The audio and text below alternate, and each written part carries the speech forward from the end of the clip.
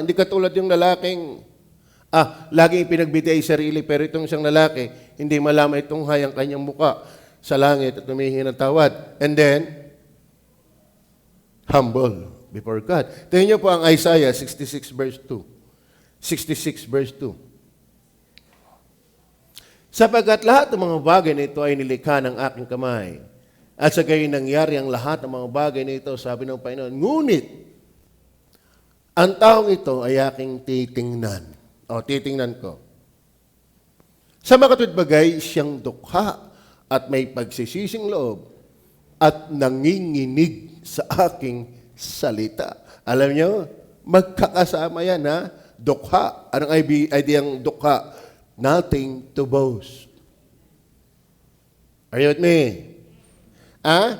Huwag mong pagaanin ang kasalanan mo dahil ng pagtingin mo sa kasalanan ng iba.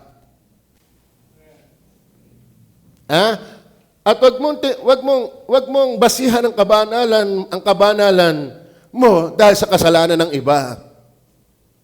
Alam niyo ba, pag tayo humarap sa Diyos at talagang tayo winasak, dinestroy, pinulbos ng Diyos, nothing to boast. Dukha. Alam niyo po, kapag ang Diyos ay kumilos talaga at nagbigay talaga ng contrite spirit, wala kang itutunghay na muka sa iyong sarili. Yan yung contrite. Wala kang ituturo na galing sa iyo. Kaya yung nagsasabing, ako may walang naargabyadong kapwa, naku, walang contrite yan. Kung saan ako namulat, doon ako mamamatay. Hindi contrite yun. May ipinagmamalaki ka pa eh. Are you with me?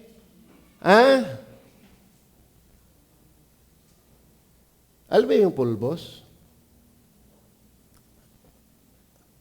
Pag sinabing pulbos, galpong. Galpong. Alam niyo ba yung galpong? Yung kape na ginalpong? Masarap yan. Pero kapag hindi ginalpong, nakakatamad inumin. Kahit nga yung tabliya, pag hindi yan ginalpong, hindi rin masarap. Pero pag igalpong na, ang sarap haluin. Lakal mo ka asukal, sarap ng inumin. Hindi ka mabibitalukan. Pag sinabing galpong, walang buo, lahat durog. Pag sinabing ikaw ay contrite, basag ang lahat ng bahagi mo. Kumbaga sa itlog, basag ang pula. Nothing to boast from us. Amen? And then, ang sabi diyan, dukha at may pagsisising loob. Magkakasama yan eh. Then, nanginginig sa aking salita. Anong idea na yun? Hindi mahirap magpasakop. Is God able to contrite the sinners? Biyaya sa Diyos. Biyaya ng Diyos. Kung tayo ganyan ang puso. Yung tututol sana, pero nakita mo, sino ako? Who am I? Yung jacket siya niyan. Who am I? Sino ako para tumutol? Isang alabok? Isang makasalanan? Mahalaga po yan. Ito tayo nasa precise definition. Number 4, bilisan na lang natin. Ayun po, ito yung, kung sabi nga sa inyo, precise definition. Kung isa lang ating pupuntahan, hindi precise yun. Pag sinabi yung precise, alala ko si Pastor Joey, sumalangit ang kanyang kaluluwa. Si Pastor Joey, wala na din. Lagi yung pagka sa audience, precisely. Precisely. Tinignan ko yung precise. Pag sinabi, complete, exact, definite. Sa ating pinag-usapan, precise definition of contrite. Not only sorry, that is genuinely grieved over sin, sincere, not pretending or making excuses, submissive, humble before God, then seeking forgiveness. Alam niyo ba, ang contrite, hindi ka mapapakali hanggat hindi ka alaman mong pinatawad. talaga ang nagsisisi, ang binasag ng Diyos, nagkahangad na bumalik talaga sa Diyos. Alam niyo ang maganda, ang Diyos ganito. Babasagin ka niya, saka ka niya bubuuin. Ano babasagin sa iyo? Yung ikaw. At ang itatayo niya ay yung siya. Ang pagsisisi, kaya pagbabago yan eh. The very essence, core of repentance is from the Greek word na metanoia. That is change. Completely. Positionally. Nabago ang ating pananaw sa kasalanan, nabago ang ating pananaw sa sarili, nabago ang ating pananaw sa masamang mundo, nabago ang ating pananaw sa Diyos. Pagbabago. So ang pagsisisi mga kapatid, seeking forgiveness. Desiring to make things right. Itama mo ako, Panginoon. Amen? Huwag mong sabihin, alay, okay, ganito na yan ang gagawin. So, hindi pagsisisi yan. Tama? Kaya God is able. Hindi mo kaya, but God is able. Amen? Hindi mo kaya, talagang aminin natin, hindi natin kaya, ganito na ako eh. Ikaw ay ganyan, but God is able. Tama? Ang tagal natin God is able. Binga tayo ngayon nag-isip na gawin natin itong tema. Ano? Is God able to change you? And then, don't claim being contrite without having precise definition of what is contrite. Sorry? Okay, bahagi yon, pero hindi yun kabuuan. Sincere, bahagi din yun, pero hindi kabuuan. Submissive, yes, bahagi din yun. Pero paano ka masasabing kay submissive na hindi ka nagkahangad na may tama ang lahat? Amen? Kaya sasabihin, kung saan ako namulat, doon ako. Walang pagsisisi yun. Bakit? Ay kung namulat ka sa mali, hindi ka aalis dyan.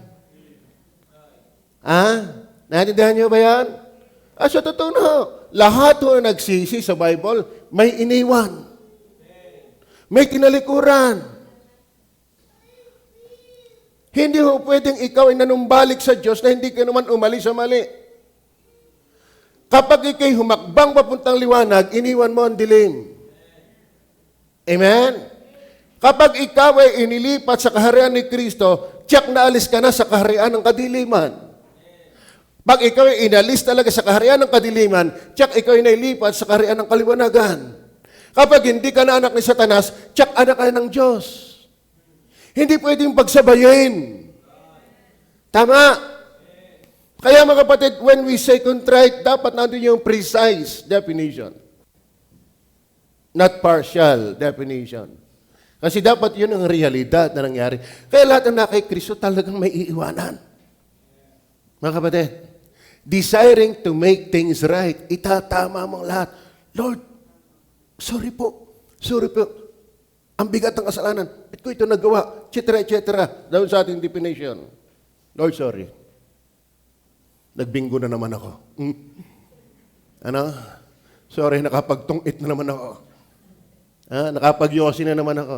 Well, yun lang ang alam natin kasalanan, pero marami tayong alam na kasalanan. Alam mo pa, pag ang Holy Spirit gumawa, yung pinakamaliit na kasalanan na iniisip ng mundo, yun ay gumigimbal ng iyong buhay. Naintindihan niyo ba yan? Kapag ang Holy Spirit ay involved sa pagpulbos ng ating puso, yung inaakala ng mundong maliit na kasalanan, yan ay bumabasag ng iyong kalooban. Are you with me? Ano ba kung bakit malaki ang kasalanan? At mabigat ang kasalanan? Dahil Diyos mismo ang dumadagan doon. Patungan ka ng silya, wala lang, magaan. Patungan ka ng notebook, wala lang, magaan. Minsan nga iba pinatungan ng isang sakong bigas. Ininda din, pero wala lang, kaya Pero patungan ka ng earth. Patungan ka ng sun. Ang malupit niyan, Diyos ang nakapatong. Bakit? Ang Diyos ay galit magpakailanman sa kasalanan. Sino hindi madudurog dyan? Sino hindi mahahapis dyan? Sino hindi aalma dyan? Pag contrite. At ikaw ay hahanap, Lord, please, forgive me. Ayusin mo ako. At salamat, walang lumalapit sa Diyos na kanyang ipagtatabuyan. Walang nagpapaayos sa Diyos na hindi niya papansinin. Psalms 32 verse 5. Klaro ho ba? At kaya nasabi ng Psalms 32 verse 5, aking kinilala ang aking kasalanan sa iyo. At ang aking kasamaan ay hindi ko ikinubli. Aking sinabi, aking ipahahayag ang aking pagsalangsang sa Panginoon at iyong pinatawad ang kasamaan ng aking kasalanan. Yan lagi ang kahihinatnan. Iyong ipinatawad.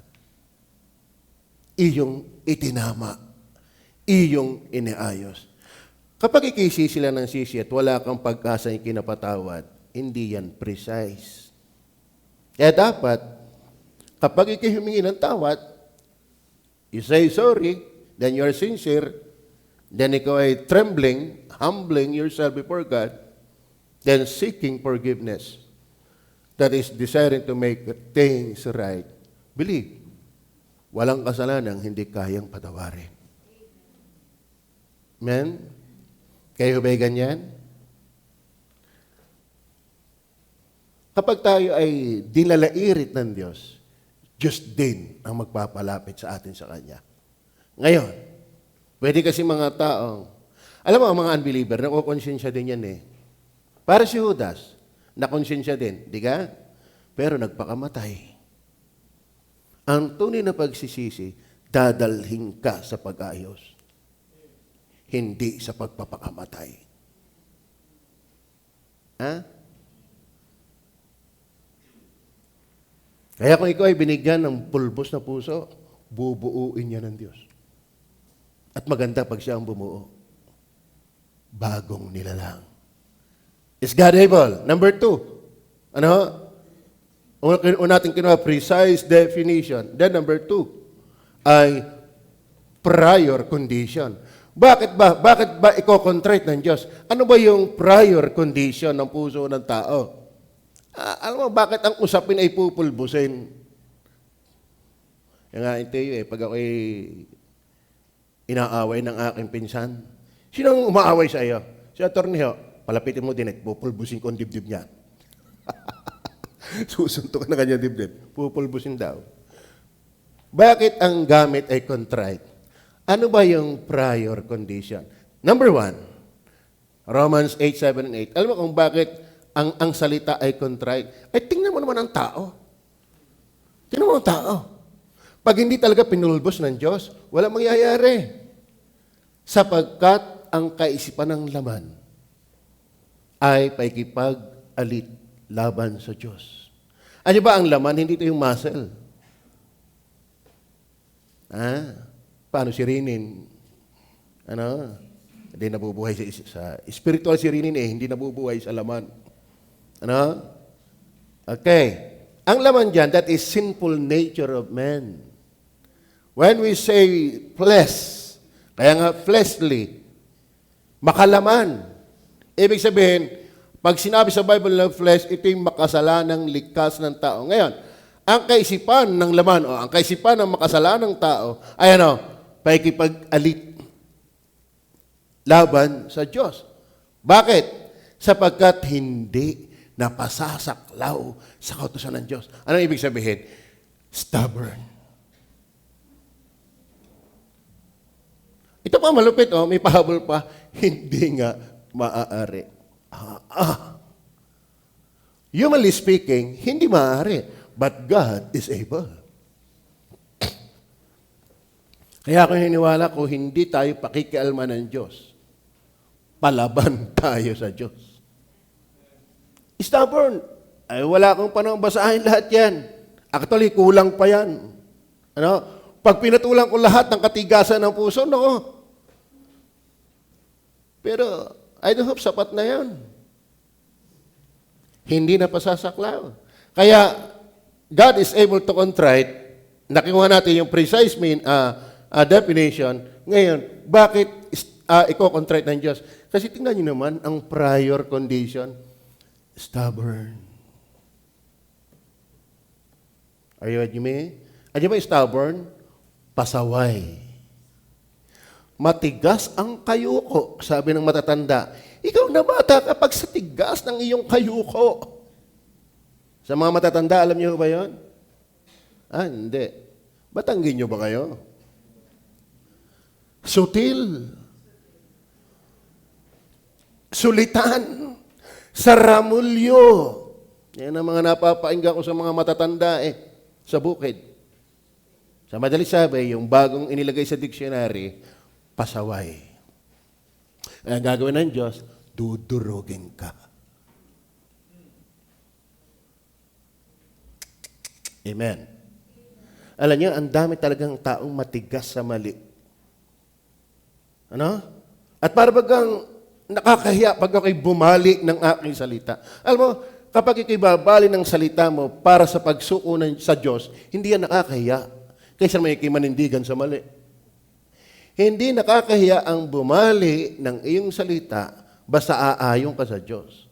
Ang mas nakakahiya, naninindigan ka sa mali. Are you with me? Oy, kakaintindihan ba tayo?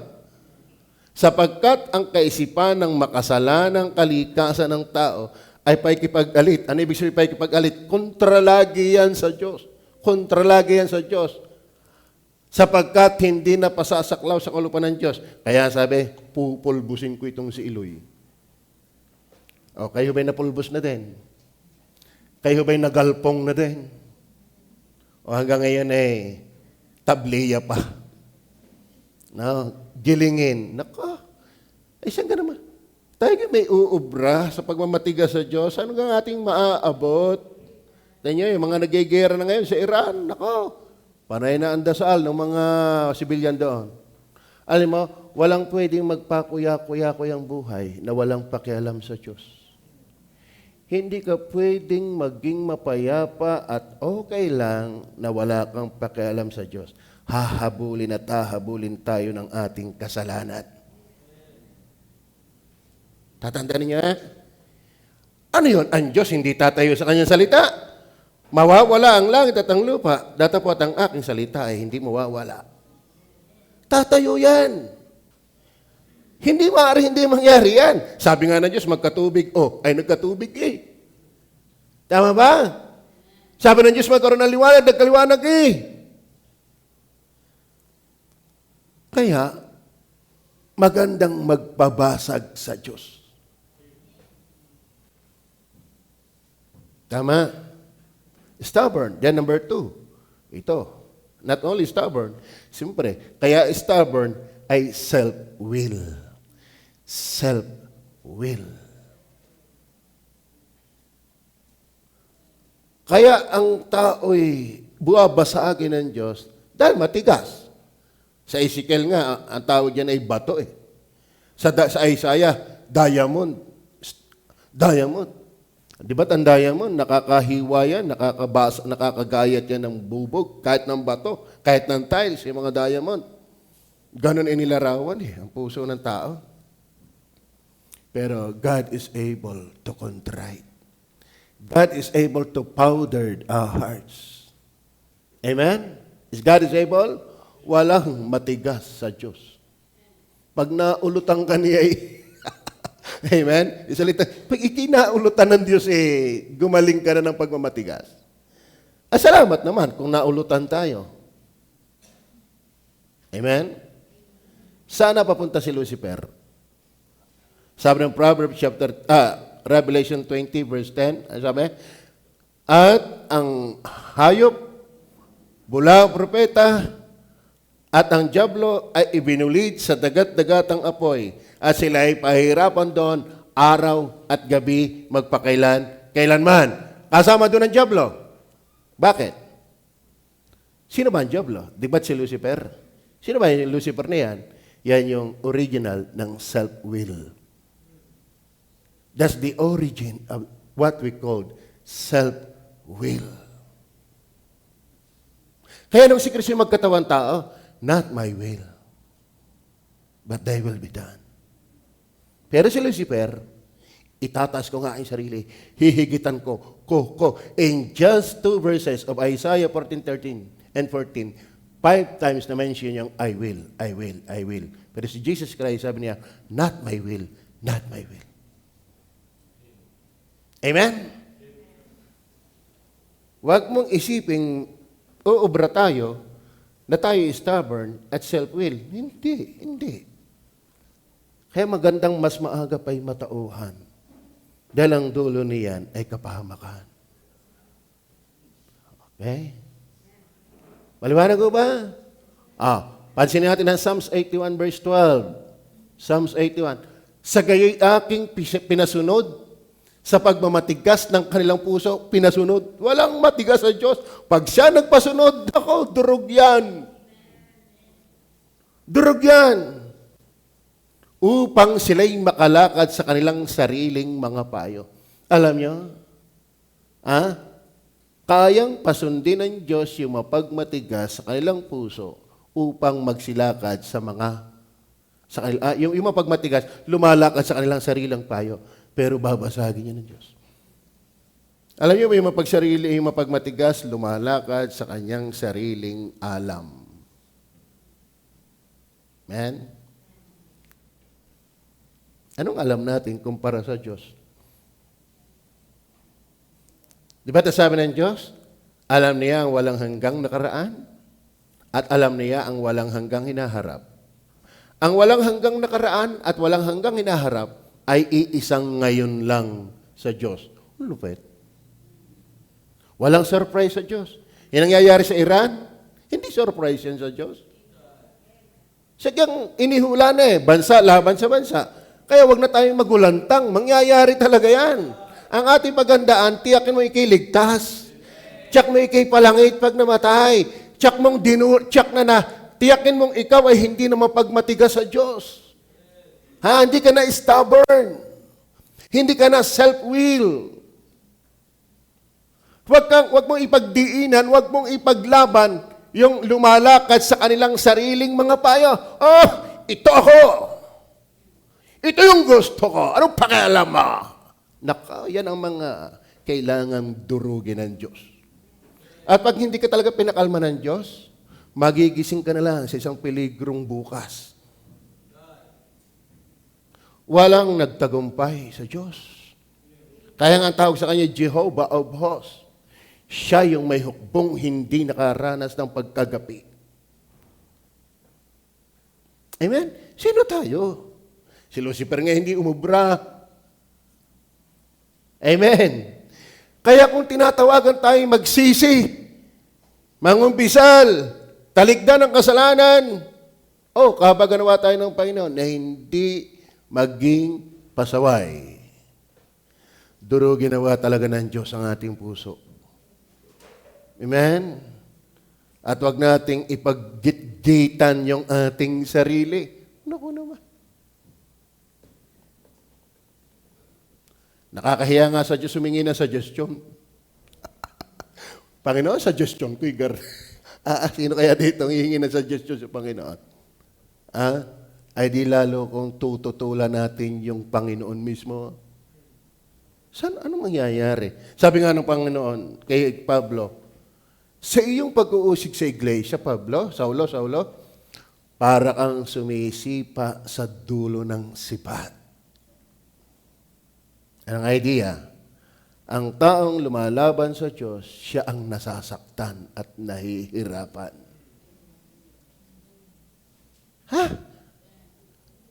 Ako'y duda sa mga nagsasabing Kristiyano na matagal nang nagpapabaya, matagal nang nabubuhay sa kasalanan, masaya pa. Hindi yung totoo. Amen. Ikaw nga, pumitik ka nga sa dulo ng karayom. Kayo ba nakakita ng karayom? Pitikin nyo nga ang dulo. Aba, sarap. Nakaka-addict. Wala. Kung pipitikin mo ang dulo ng daliri, sana hindi tumama. Bakit? Isang pitik mo, baon yan. Ganyan. Ang stubborn. Hindi ka giginawa. Padadamahin ka ng dyablo. Pero ang dulo, naluko ka ng dyablo. Alam niyo yung dama? Ang mahusay na magdama, pakain ng pakain. Hindi yung damang batute. Ano? Laging kain ng kain. Hindi. Ang tunay na magdadama, lalansin kakain. Pero pag siya may kumain, halos ubos. Tama? Then, number one, stubborn, self-will, then scorner. Yan ang prior condition. Kaya nga, dudurugin ng Diyos. Bakit? Ang tao is stubborn, self-will, scorner. Pag sinabi pong scorner, that is despiser of God. Pag sinabi pong despiser, saka na yan. Wala mang kwentang bagay yan sa dami-dami kong gagawin.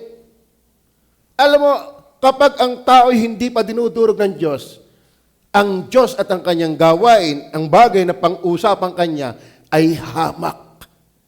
Alam mo, kapag hindi ka padurog sa Diyos, ang bagay ng Diyos ay walang kwenta. Amen. Ano ba yung despiser? Ano ba sa Tagalog yung despise? He was despised and rejected. Hinahamak. Hindi mapagpahalaga. Alam niyo ba ang tao, ang prior condition, at ito'y mananatili mong condition kapag hindi ka dinurog ng Diyos. Ano yon? Stubborn, self-will, scorner. Hanggat hindi ka pinapakialman ng Holy Spirit, hanggat hindi ka binibigyan ng mabigat na pakiramdam sa kasalanan ginagawa mo, hindi ka nagsisisi at wala kang paghahangad na may ayos ka, ikaw ay nabubuhay sa pagiging pasaway, ang iyong idinidiin, ang gusto mo ipilit ay yung sarili, at ikay walang pahalaga sa mga bagay ng Diyos. Kaya nga, linggo, walang kwenta yan. Naku naman, kakantsawan pa tayo. Ano ang ginagawa na may maghapon? Di ba sa kanila yung gawain natin maghapon? Pagka hindi ka save? Naku, mga taong ito, uto-uto. Si Pero, nung ilalabas na ang Israel sa Egypt, sabi ni Moises, lalabas na, nagkaroon ng time ng pag-conversation, napatigil pansamantala ang Israel. Ano sabi ni Pero? Kayong mga idle men. Sa kanila, pag maglilingkod sa Diyos, ang tawag sa kanila sa Israel, idle men. Alam mo, ang believer, ang tawag sa atin ay tamad. Bakit? Walang ginagawa maghapon ng linggo. Pero sa totoo na, tayo naman yung pagod, Lunes hanggang Sabado. Sila tamad. Bakit? Isang linggong walang ginagawa. Pero yung maglingkod sa Diyos, amen, hindi yan katamaran. Yan ang tunay na kasipagan. Pero hanggat hindi ka ligtas, hanggat hindi ka basag, ikaw ay scorner. Tinutuya mo lang, hinahamak mo lang, binabaliwala mo lang pagdating sa Diyos. Tingnan niyo po Roma 1:32. Andiyan pa ba kayo? Roma 1:32. Na bagamat nalalaman nila ang kautusan ng Diyos, na mga nagsisigawan ng kay mga bagay, ay mga karapatapat sa kamatayan, ibig sabihin, ano yung previous verses, nagsimula sa verse 19 hanggang 31, binaybay ang lahat ng uri ng kasalanan, kasama ang kabaklaan, kasama ang katumbuyan, kasama ang Diyos-Diyosan, kasinungalingan, lahat ng uri ng kasalanan, binaybay sa chapter 1, verse 19 hanggang 31, at ano sabi ng talata? Bagamat naalalaman nila ang kautusan ng Diyos, ibig sabihin, bawal yon, bawal yon, bawal yon. Alam mo naman ang taong bawal yung kanilang ginagawang mali. Kaso lang, hindi mawala. Maalis, bakit? Stubborn. Self-will. And scorner. Na bagamat naalalaman nila ang kautusan ng Diyos, alam naman nila na ang mga nagsisigawa ng mga bagay ay karapat-dapat kamatayan. Alam naman nila, tanggap naman nila kami talagang paparusahan ng Diyos. Pero sabi, hindi lamang ganyan ang ginagawa. Kumbaga, tuloy ang yoryor. Kundi naman, pinapayagan ang mga nagsisigawa ng mga yaon. Sa English yan, pleasure. Nalulugod sa kasalanan. Alam niyo po, pag sinabing hinamak mo ang Diyos, sinahamak mo ang Diyos, masaya ka sa ayaw ng Diyos. Lahat ng taong masaya sa ayaw ng Diyos, hinahamak ang Diyos. Naintindihan niyo ba yan? Sino man na ma-enjoy, enjoy sa lahat ng ayaw ng Diyos, hindi interesado sa Diyos. At yan ang tao. Kaya nga, prior condition. Kaya, kinakailangan, God is able to contrite you. Bakit? Dapat naman i-contrite kayo dahil kung hindi kayo contrite, stubborn, self-will, scorner. Maliwanag ko ba? Patulan po natin ang Matthew 13:15. Malapit na ako sa 3 puntos. Sapagkat kumapal ang puso ng bayang ito. Kaya hindi na ho bago yung kapal mox. Noon pa yan. Noon pa yan. Kumapal ang puso ng bayang ito at mahirap na mga kinig ang kanilang mga tainga. Mahirap na. Bakit? At kanilang ipinikit ang kanilang mga mata. Volunteer po yan. Volunteer po yan. Ayaw nilang masaway. Ayaw nilang maitama. Kaya ang pagsisisi, hindi ka lang nagko-confess. Gusto mong maitama ang lahat. Gusto mong may ayos. Pero yung prior condition ng tao, stubborn, self-will, scorner, kanilang ipinikit ang kanilang mga mata. That is intentional. That is voluntary. Baka sila'y mga kakita ng kanilang mga mata.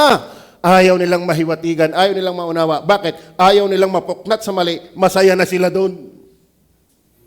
At mga karinig ng kanilang mga tainga, hindi yan seryosong makinig. Bakit? Ay sa sarap ng aking ginagawa, di mawawala yan. Intentional po yun. Kaya nga sabi, huwag mo nga akong pakalman, buhay ko to. At mga karinig ng kanilang mga tainga, at mga kaunawa ng kanilang puso, ito yung dahilan. At muling mga balik loob, at sila'y aking pagalingin. Kaya pala ayaw nila, baka ako'y bumalik pa sa Diyos. Bakit? Ayaw talaga nila sa Diyos.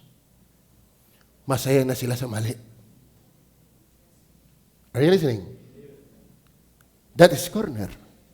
That is corner. Then, finally, alam mo, kung papatulang ko ng bulay yan, nabutin tayo ng maghapon. Masarap bulayin ng Bible, di ba? Di ba?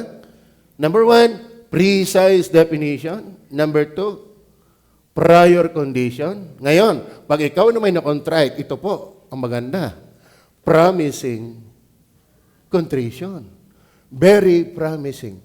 Kapag ikaw ay nakaranas ng una nating punto, yung contrite, yon? For the sake ng mga bagong dating. Pag sinabi po ang contrite, from the Greek word na daka o Hebrew, ang iyong puso'y binasag, pinalambot. Ikaw ay nagkaroon ng malalim na kalungkutan, kamalayan sa iyong mga maling ginagawa, masakit sa iyong kalooban, at ikaw ay nananalangin, bakit ko nagawa yun? Binubulong mo sa sarili mo, ba't ko nagawa yun? Kaya naman ikaw ay nagsosorry. Ibig sabihin, ikaw ay talagang nabigatan sa iyong kasalanan. Ikaw ay sincero, hindi ka nagpapakunwari, hindi ka nag-i-excuse. At ikaw ay nagpapasakop, ibig sabihin, ibinababa mo yung sarili sa Diyos. At hinahanap mo ang kapatawaran, inihahanap mo ang iyong sarili na maitama at maiayos ng Diyos. At kapag ganyan ang kalagayan, naging ganyan ang sitwasyon ng iyong puso, very promising. Ano yun? Number 1, 51 verse 7. Hanggang 10:15 po ako. Linisin mo ako ng hisopo at ako'y magiging malinis. Hugasan mo ako at ako'y magiging lalong maputi kaysa niebe. Anong very promising? Ginagarantiya yung assurance of forgiveness. Ba't ang tao hindi mapatawad? Hindi mo nahingi na tawad eh. Para kayo pumunta ng tindahan. Pumunta ka ng tindahan. Wala ka naman sinabing pabili ako niyon. Nag-aantay ka.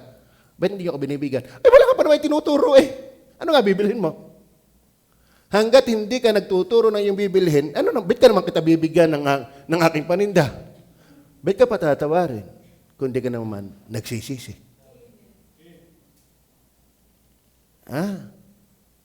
Amen. Pero kapag ikaw nasa kalagayan nagsisisi, very promising yan. Lilinisin. Kaya sabi ng 1 John 1:9, patulan din natin ng 1 John 1:9. 1 John 1:9. Nandiyan pa ba kayo? Ito sabi, kung ipinahahayag natin ang ating mga kasalanan, ayan o. Kaya mga kapatid, huwag na tayong matigas. Ikumpisal natin sa Diyos ang ating kasalanan. Huwag tayong stubborn, self-will, scorner. Magpakababa na tayo. Ipahayag natin ang ating mga kasalanan. At pag ipinahayag natin, ay tapat at banal siya na tayo'y patatawarin. Saan?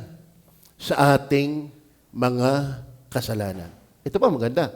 At tayo'y lilinisin sa ilang mga kalikuan. Hindi po, lahat. Amen? Ano ba ibig sabihin lahat? Kahapon mong kasalanan, kasalukuyan mong kasalanan, maging ang hinaharap mong mga kasalanan, simot sa dugo ni Jesus. Ngayon, ayun ang gagawin natin. Very promising yan. Pag sinabing promising, pag nakakita ka ng bata, tinan niyo po yung anak ni Brother Henry, katalino. Ano? Siguro ito magbabasura isang araw. Hindi, parang predictable. Pag nakikita mo ang tao, matataas, magaling mag-English, batang-bata pa, meron kang agad parang meron ka ng kinikita-kita, very promising tong batang ito. May mangyayari sa batang ito. Alam mo, kapag ikay basag ang puso sa Diyos, very promising. Ang ganda ng mangyayari sa iyo. Una, patatawarin ka. Pero kung ikaw yung tipong takbo ng takbo sa salita ng Diyos, hanggat magagawa mo, iwas ka ng iwas, nakakaawa ang dulo ng taong ito. Kalunos-lunos. Huwag tayong magmatigas sa Diyos. Naintindihan niyo ba yan? Amen. Pag ako'y chess player, pag nakita ko naglalaro, 3 tulak, magandang batang ito. Nakakaintindihin ng play. 3 tulak pa lang. Okay, magsusugal din. 3 tulak mo pa lang, marunong ang kalaban kong ito. Alay mo, namimirmis na agad kasi simula pa lang. Very promising. Maganda ang pupuntahan ng taong ito. Basag ang puso sa Diyos. Are you with me? Then number 2, not only assurance of forgiveness, but also assurance of fruit. Assurance of fruit. Tingnan niyo po, Matthew chapter 3 verse 8. Tingnan niyo po, sabi ng Bible, kayo'y mga bunga ng karapat-dapat sa pagsisisi. Ano kapatid, ang pagsisisi ay hindi pagsisisi lang sa kanyang sarili. May bunga yan. Kaya nga, not just say sorry. Be sincere. Be submissive. And then, seeking for forgiveness. Amen? Alam niyo po, kapag tayo nagsisisi, may bunga yan ng karapat-dapat sa pagsisisi. Ano ba salitang karapat-dapat sa pagsisisi? Yung bagay. Kaya nagigitla tayo pogi ang ama, pogi ang anak. Bakit ang pogi ang asawa, maganda ang asawa, nagugulat kay parang mistiso ang lalaki, mistiso ang babae, bit ng mga anak Ang tangos ng ilong ng lalaki, tangos ang ilong, bit parang hindi bagay. Yung pala naman, hindi nila alam, gumanda sa kariritoke. Kaya nung nanganak, lumabas yung tunay na nyo. Hindi may tatwa. Gumanda ka laang dahil sa kababayad. Pero hindi yan ang naturalismo. Alam mo kapatid, kapag talagang tayo binasag ng Diyos, may bagay na bunga. Naintindihan niyo ba yun? Tama ba? Pag pogi, hindi talagang likas na pogi. Likas na maganda. Ano expectation mo? Artistahin ng anak niyan. Abay, lumabas nga yung artistahin. Ang paano chita, at least artistahin din. Amen? Ang punto ko mga batid, kung talagang ligtas ka, may karapat-dapat na bunga. Very promising yan. Amen? Kaya isang araw, pupunta ka sa unahan, magpapatotoo ka na rin. Ako po'y naligtas, ako'y binago ng Panginoon. Garni. Kakatuwa nga pala nasa Panginoon. Magbubunga ng karapat-dapat sa pagsisisi. Nakakapagtaka pag yung saging namunga ng niyog. Parang hindi bagay. Akala mo yung saging ang bunga yung niyog. Hindi bagay. Kaya kung anak ng Diyos, mamunga ka ng bagay na buhay sa pagiging anak ng Diyos. Then last, assurance of freedom. Are you with me? 2 Corinthians chapter 7, verse 10. Sapagkat ang kalumbayang mula sa Diyos, yung ikaw gano'n palumbayin sa kasalanan mo. Kalumbayang mula sa Diyos, hindi yung kalumbayang mula sa mundo. Anong kalumbayang ng mundo? Yung suka ng suka, dahil ang daming nainom na alak, hangover, nakainom pa.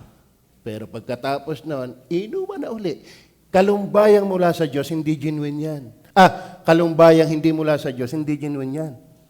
Pero pag kalumbayang mula sa Diyos, sa kasalanan, assurance of forgiveness, assurance of fruit, assurance of freedom. Anong freedom?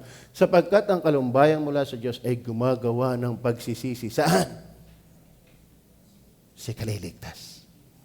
Pag sinabing freedom, kung palayain nga kayo ng anak, ay tunay kayong magiging laya.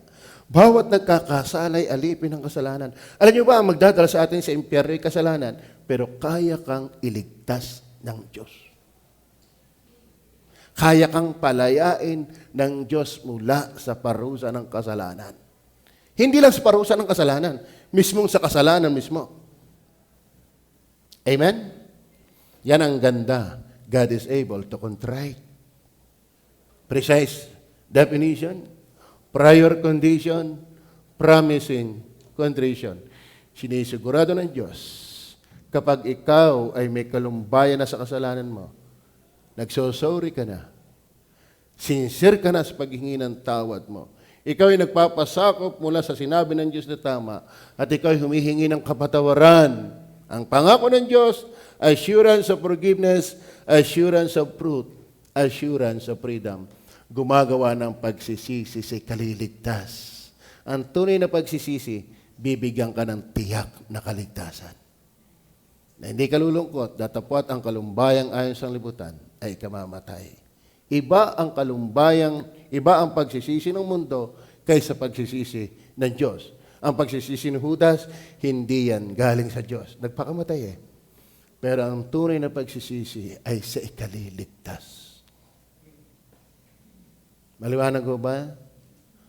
Nawa kahabagan tayo ng Panginoon. Lord, change my heart. Contrite my heart. Powder my heart. Tayo manalangin. Panginoon Diyos sa langit, salamat.